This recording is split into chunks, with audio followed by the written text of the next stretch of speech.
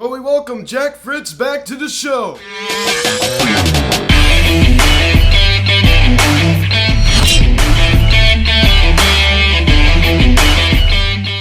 Yo, what is going on, everybody? Welcome to Phillies Sensitive Media, and today we're joined by a very special guest. Please welcome Jack Fritz from 94 WIP and the Highest Podcast back to the show. It's been a little while. Thank you so much for taking the time to come back on. I really appreciate it.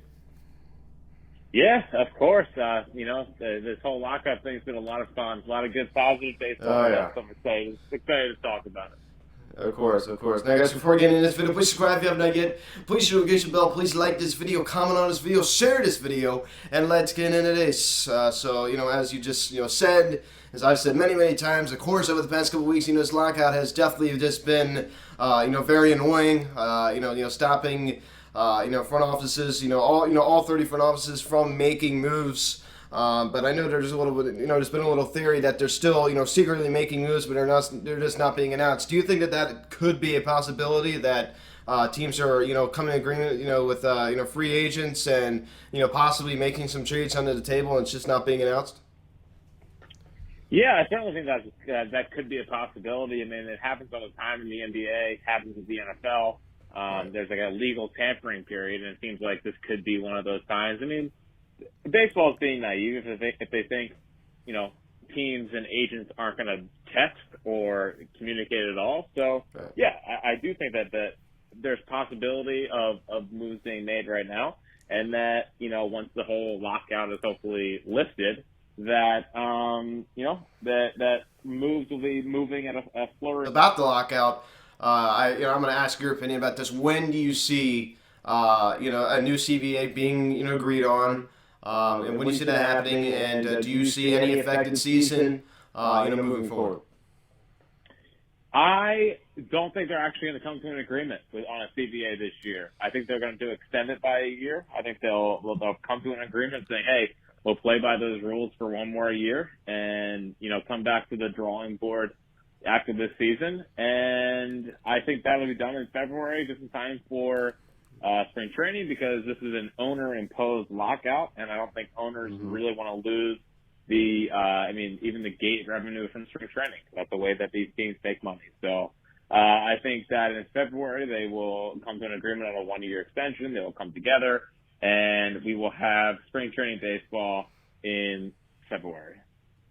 I hope you're right, man. I definitely agree with you. I mean, not to mention, I was talking to you about this, before we started recording. I mean, about the, loss of revenue in 2020, loss of hundreds of millions of dollars, and even lost money in 2021, and it was pretty much, for the most part, a normal season with fans.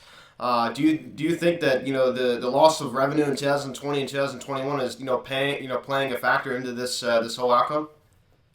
Well, I think it's important to distinguish a loss of revenue versus not getting a revenue. Like these owners have made so much money.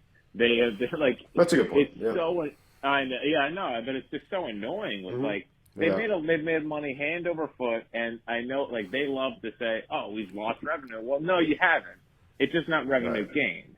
So it's annoying. It's annoying how they continue to message it as they've lost money when they really haven't.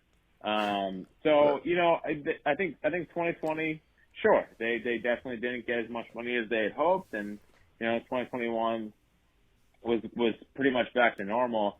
It's just, I just think with what's going on with COVID and people losing their jobs, no one cares about your little fight here. Honestly, it's so frustrating. It's so frustrating seeing billionaires fight with millionaires in a time where a lot of the country doesn't care. Just settle your differences, figure it out, and I just hope that someone in that office looks out for the sport of baseball, and that's what annoys me the most. Yeah, doesn't seem like that's going on right now. Not at all. Yeah, So it just bothers me that it doesn't feel like that they are looking out for the sport of baseball, and ultimately that's all fans care about. Right, and I'm glad I asked you this because you hear things I don't hear. I mean, you have a lot of connections I don't have, and I'm glad I was able to ask you that. Yeah, I mean, honestly, it's not even like I have sourcing or whatnot. Just people in baseball talking. It feels like it feels like February. It feels like we're gonna go these next couple of months with little to no action, and they'll come to an agreement on something that's like is not that meaningful, but just gets them through the season, and then we'll do the same thing next year.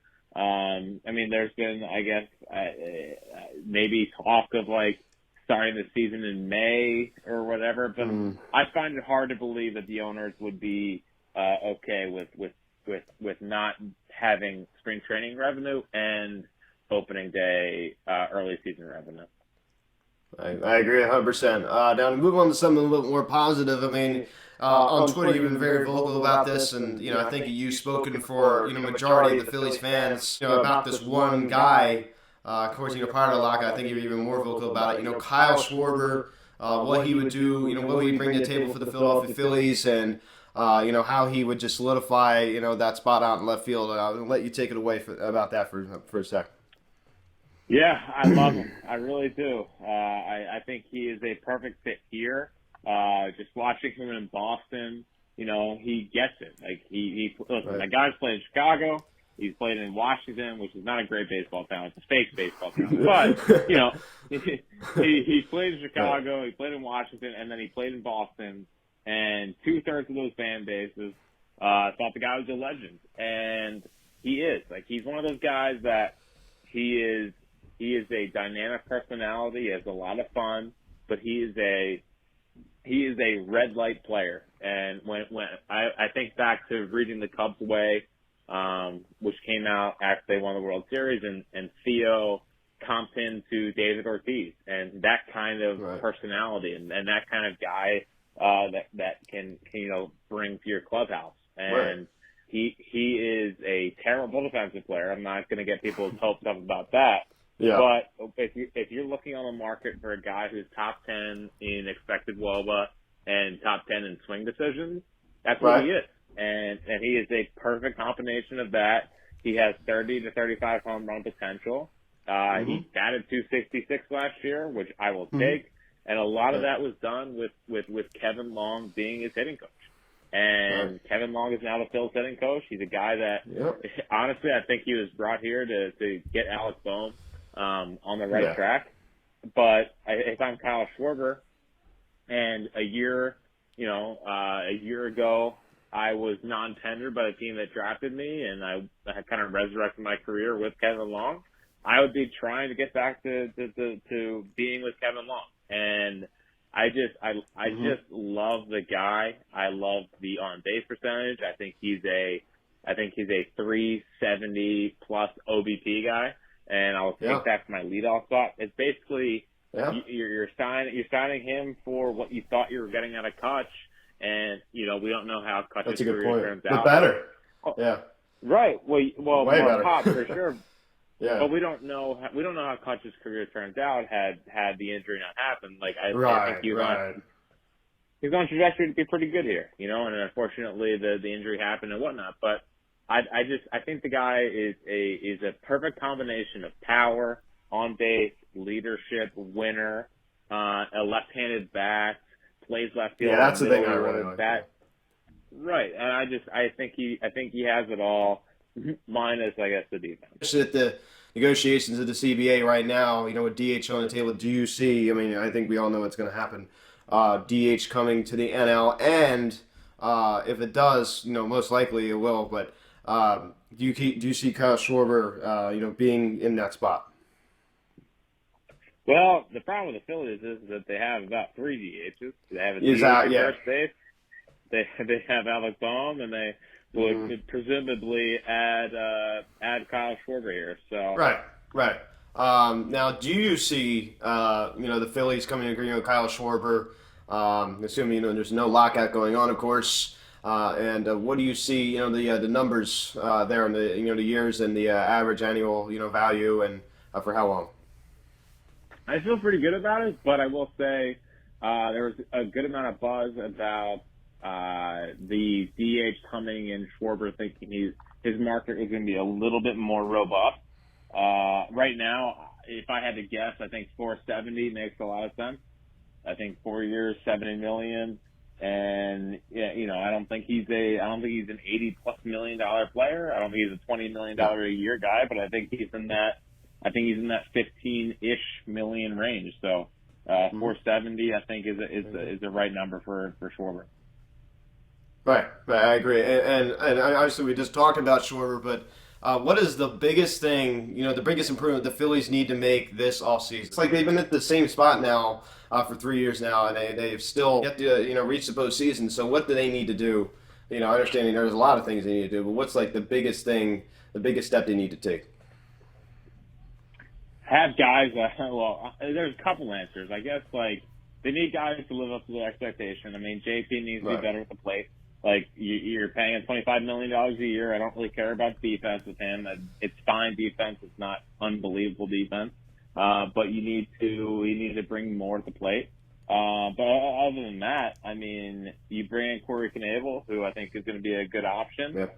I don't really like the idea of him as a closer. I think he can do it, but if I'm looking to build an actually good bullpen, I would like a more lockdown guy, and then have Knebel in the Hector role. So I think the bullpen has a lot of work to do. I think that they need a center fielder, left fielder. I think they probably need a shortstop. So there's certainly a lot of work to do there, and it's frustrating, and they were here again, but they have a lot of work to do once this lockout is lifted. Right. And do you see them, doing all these things and reaching the postseason next year? And and they would reach the postseason? How do you see them getting there?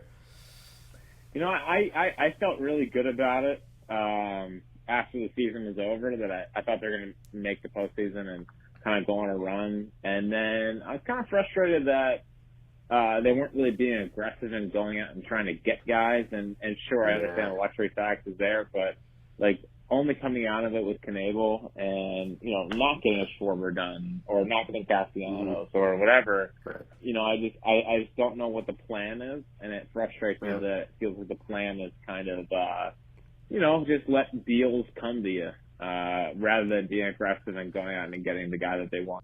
I feel good about the guy in charge, and I feel good that he has, still I want to say $30-some million to work with here to improve this ball club. Final question of the night about Alec Bohm. Do you see him? He had a great rookie season, 60-game shortened season, 2020.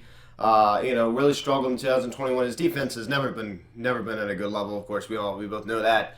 But really struggled offensively. Especially at the beginning of the year. His OBP was just awful. Right? We both know that. His average was definitely low.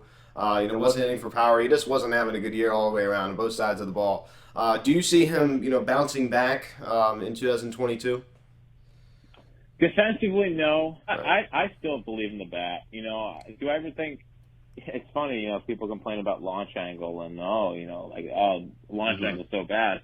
Listen, he's got to fix his launch angle. It's as simple as that. He's got to figure out how to drive the ball out of the ballpark, and that's the next step in his development. And I think he is such a talented bat that he'll figure it out. And I do think Kevin Long will help him out a lot with that. I think people are so accustomed to the Acuna and Tatis and Juan Soto, where they come up and it's like, wow, this guy's unbelievable and he's never going to slump and all that stuff.